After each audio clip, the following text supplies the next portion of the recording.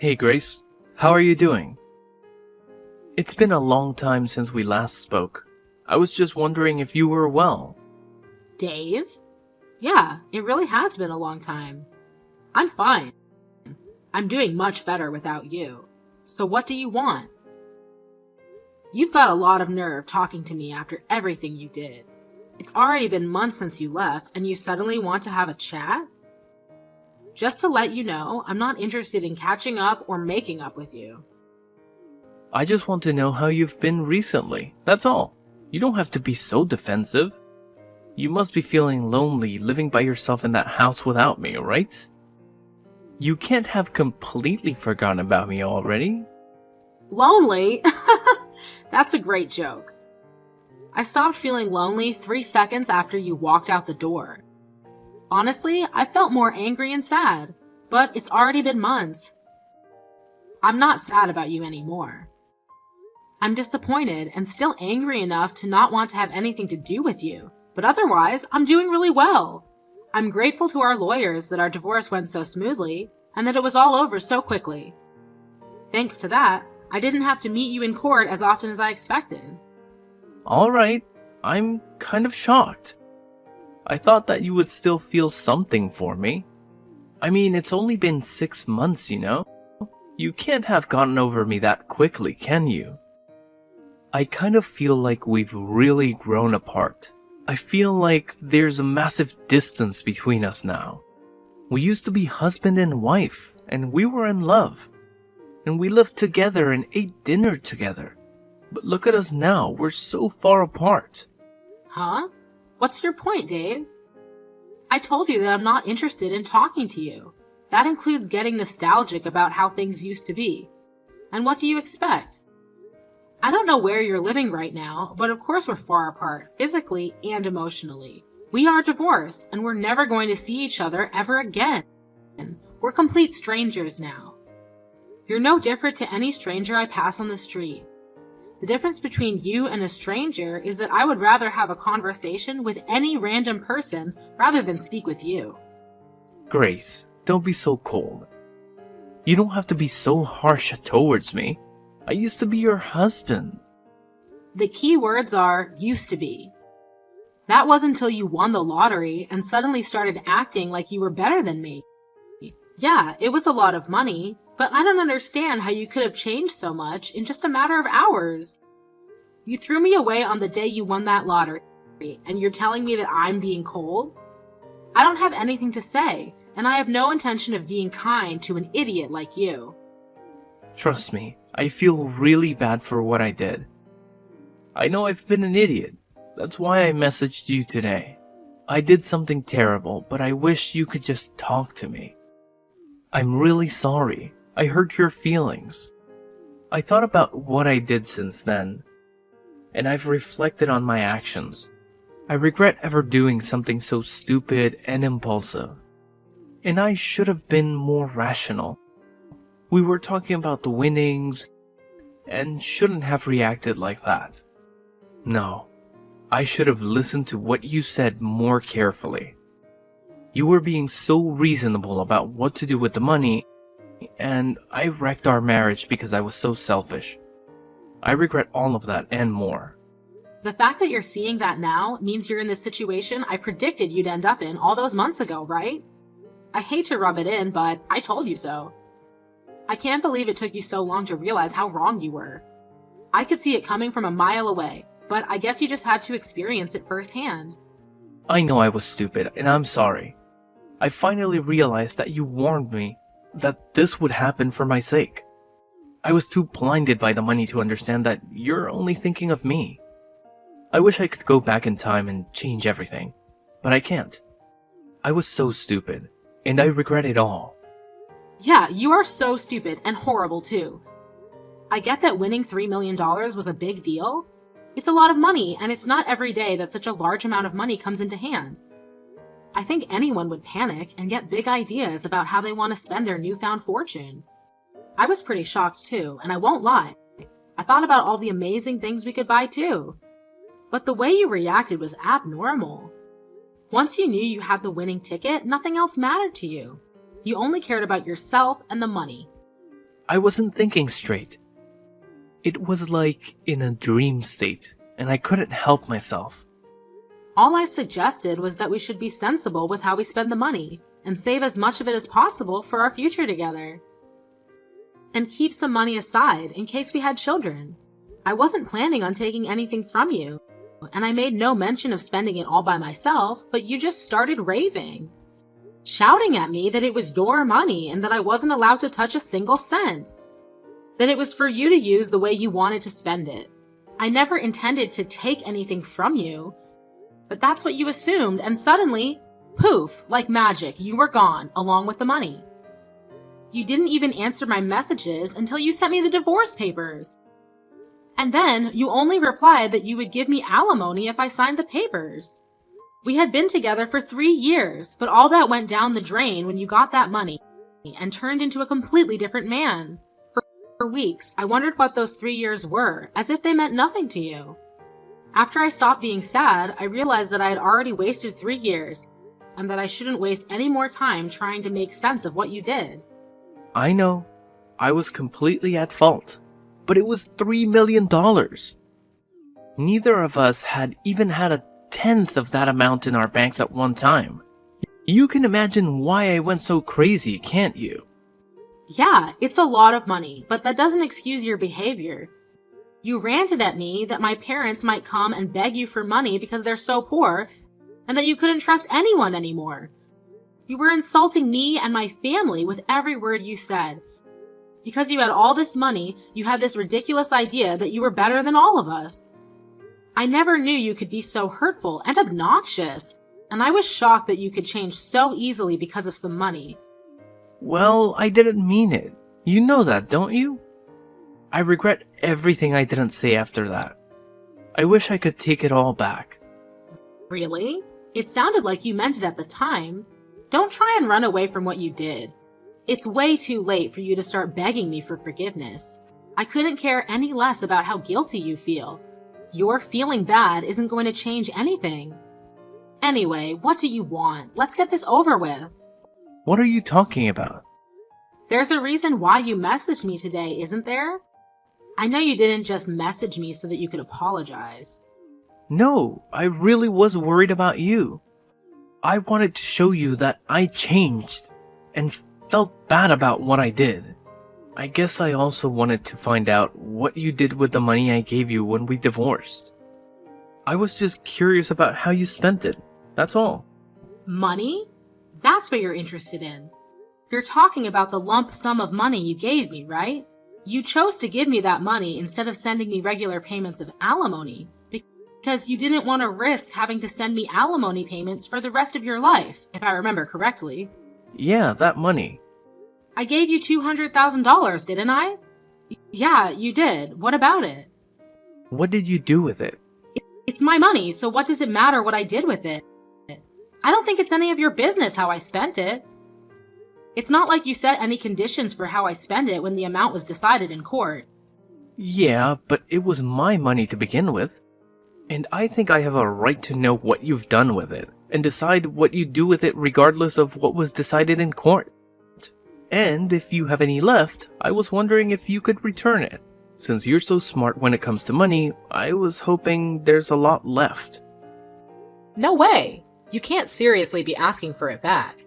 It may have been yours when you had it, but it became mine when you paid it to me as compensation. Do you understand the meaning of the word compensate? You're the one that suddenly asked for a divorce, so I was owed alimony. But you didn't want to pay that, and I didn't want to keep on having to meet you in court, so I settled for that money you gave me. I don't have any obligation to return that money to you. That money was owed me, and it's mine. Yeah, it was compensation, but I only gave you a lot of money because I had a lot of money of my own at the time. But I'm having trouble right now, and I need some money. It would be great if you could give it back. To be honest, it's my money, so I shouldn't even have to ask you. What do you mean by trouble? I got married after we divorced. Oh, so the rumors I heard were true. Congratulations. I heard that you married someone. So how did that turn out for you? She ran away with all my money. I never should have married her. What? All of it? Yeah, can you believe it? It was $3 million, so I thought that I didn't have to worry about any of that for the rest of my life. And I thought I could live like a celebrity. So I resigned from my job and had a house built for me and my new wife. We filled it with designer furniture and everything. We even had a bowl put in. We were living the perfect life together until one day she suddenly asked for a divorce. After the divorce was finalized, I realized that all my money had been transferred to her bank account, and she was gone. We were divorced, my account was empty, and she had disappeared. She even told her lawyers that I've been cheating on her, even though I've never done anything like that. I'd already lost $1 million in compensation during the divorce for an affair I never had, and she took the rest of what was in my account without me even realizing it. I don't know where she is, but the last I heard, she was living in a penthouse apartment abroad. You said you never cheated on her, but she managed to win the court case. That must have meant that she had enough evidence to argue for compensation. You can try to act a victim all you like, but in the end, it was your own fault. Your own irresponsible actions brought all this upon you. Yeah, fine. She got pictures of me with another woman, but how is this fair that she gets my $1 million in the divorce? It's my money. So you did cheat on her after all. You're a pathetic excuse for a husband. Yeah, alright. Say all you like. Anyway, that's not my point. I've explained why I need the money. Can you give me back the money I gave you? I need it right now. My ex-wife got the house in the divorce too, so I don't have anywhere to live. She's not even using it. She's abroad, but the woman bought it out for sale. I was kicked out of my own house so that she could sell it and take more money from me. Grace, you're still living at the same place we lived in when we were married, right? Can we live together again? Excuse me? Are you asking if you can move in with me? Let's just forget about everything that happened in the past and live together. I want us to start over. I'll be a better husband this time, even if we don't have $3 million. I know we can be happy together. I still love you. We can work through this together. I swear, I'll make you happy this time. No way! You must be out of your mind. It's disgusting how you think that you can slither your way back into my life again. We are over, and we are never getting back together. Ever! The divorce was finalized, and I'm free of you. I don't have anything else to say to you. Plus, I've already moved out of that house and sold it. I'm living somewhere else. What? You moved out? Where are you living now? Are you still close by? I'm not giving you the details of where, but I'll tell you a little about it. Thanks to the compensation I got from you, I was able to buy some pretty reasonable shares. I had to be patient, but it went really well. I managed to earn a profit from it. You bought shares? I never knew that you knew how to do that kind of stuff. Why didn't you tell me when I had $3 million? We could have made an even bigger fortune. Don't be stupid, Dave. It was beginner's luck. And of course, I didn't put the entire $20,000 you gave me into buying shares. I invested a reasonable amount and got lucky. Once I made a decent profit, I backed out and put all the money I made into a savings account. Right now, I'm working full-time and using the money I saved up to live a little more luxuriously. I buy organic and I spend money on the things I love and enjoy. But I still have money saved for a rainy day. Thanks to that, I was able to get a penthouse apartment in a really lovely area. It's not filled with designer furniture, so it might not be as fancy as the place you had, but it's home. I realized early on that it was dangerous to impulse buy when you have so much money at your fingertips, so I try to only buy what I need or really want. I'm doing really well at work too, so everything is going perfectly. Smooth sailing. I was being serious when I said I was doing better without you. Honestly, I'm grateful that you won that lottery, and I'm glad you told me you wanted a divorce when you did. If you hadn't, I would have been stuck with you. You're living in a penthouse apartment too? You're kidding. I never imagined that you would end up being so successful. It's only been 6 months since we divorced. But that's my money you're standing on. You and my other exes, you're both living in luxury thanks to me. It's money we were owed. I didn't know what to say about that money she took from your account, except maybe that it was just karma coming around to bite you in the ass.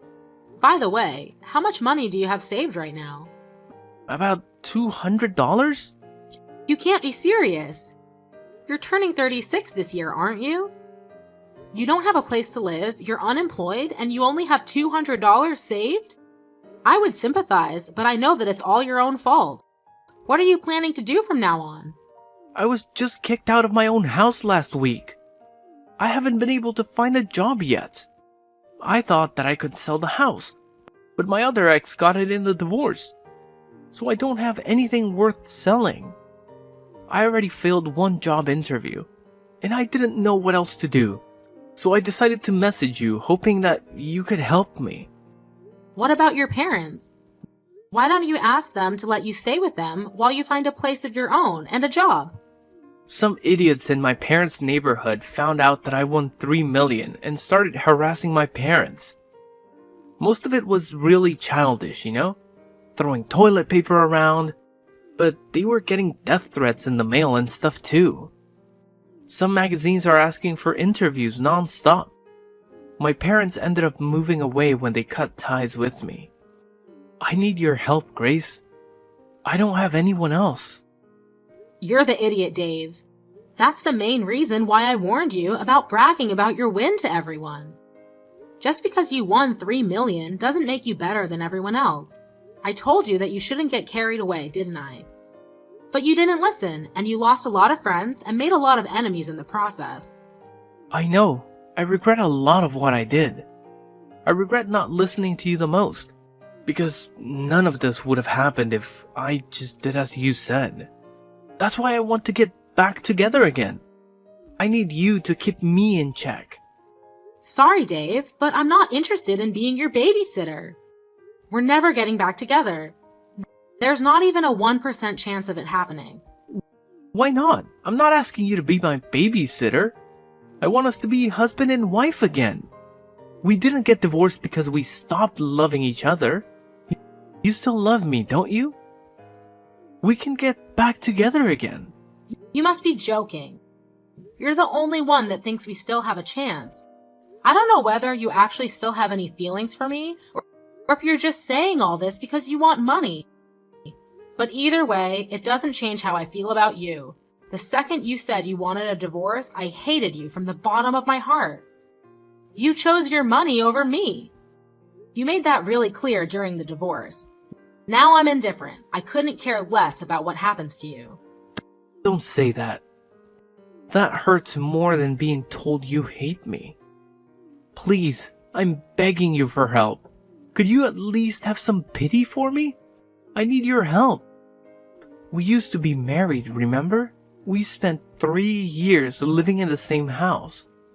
We can forget about everything and start new things together. No thanks. You're the one that asked for a divorce despite 3 years we spent together, so don't bring it up as a reason to get back together. Then could you at least lend me some money? That's all I ask for. You said you've got money saved up. You can spare some, can't you?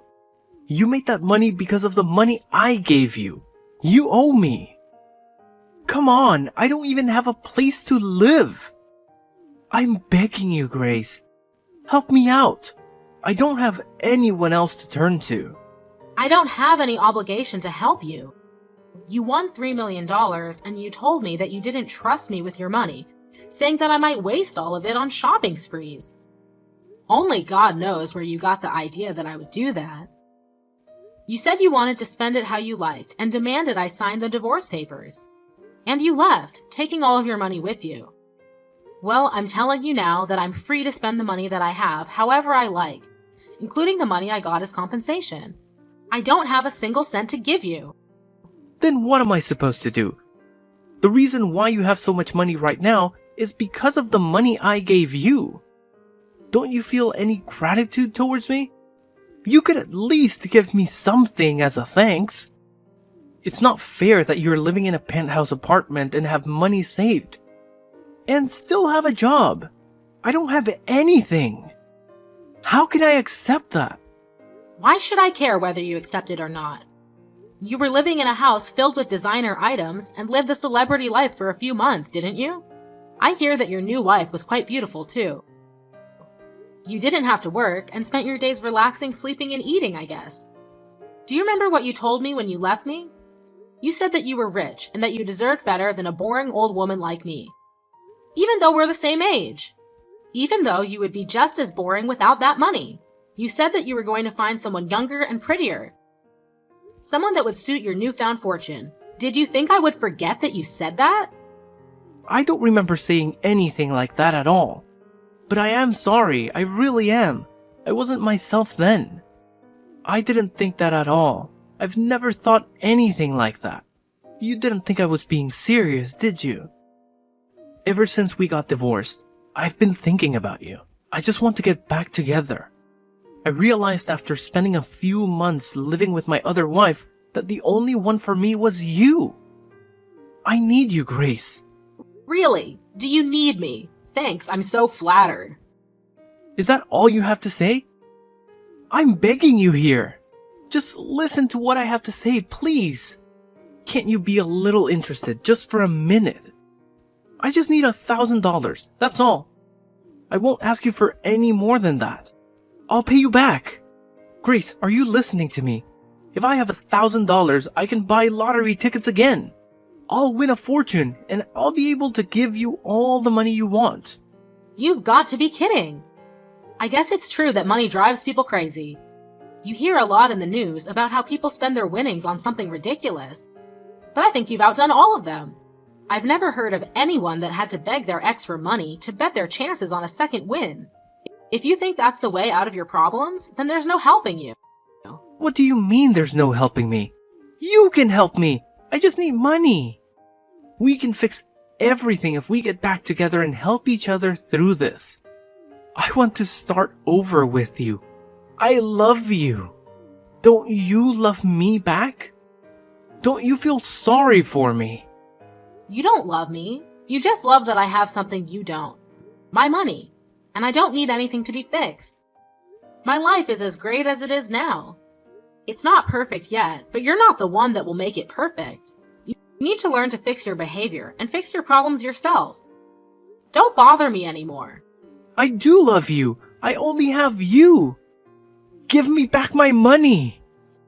It's not yours. I made this money because of the decisions I made. You lost yours because of the decisions you didn't think through. Don't ever message or call me ever again. You asshole. Let me give you the same parting gift you gave me. I deserve better than a boring old man like you. I'm going to find someone that loves me and live happily ever after without you. I'll be blocking your number, so don't try to contact me. Goodbye. After that, I blocked Dave's number and blocked him on all the social networking they were connected on. Later on, I was able to forget about Dave pretty easily and was enjoying my peaceful life without him. I was living my ideal life, focusing on my career and coming home to the apartment I had taken care to furnish with the things I loved. Dave, however, had used up what remained of his savings and still couldn't pass an interview because of his obvious lack of work ethic. He didn't change his attitude and blamed the interviewers for not passing him as a result. He started borrowing money from loan sharks, and with that money, he began gambling at his nearest casino. Of course, it wasn't that easy to make a fortune, and the gambling only made his debt bigger and bigger. He was digging his own grave, but he still didn't change his attitude after realizing how big his debt had gotten. He became desperate, but instead of trying for another job interview, he tried to steal money from a convenience store and was caught by the police. I found out about Dave's arrest on the morning news, but was too indifferent to care. I only remarked that money really does drive people crazy, and went on about my day as I usually would. All in all, Dave was just another stranger to me now. Screw him!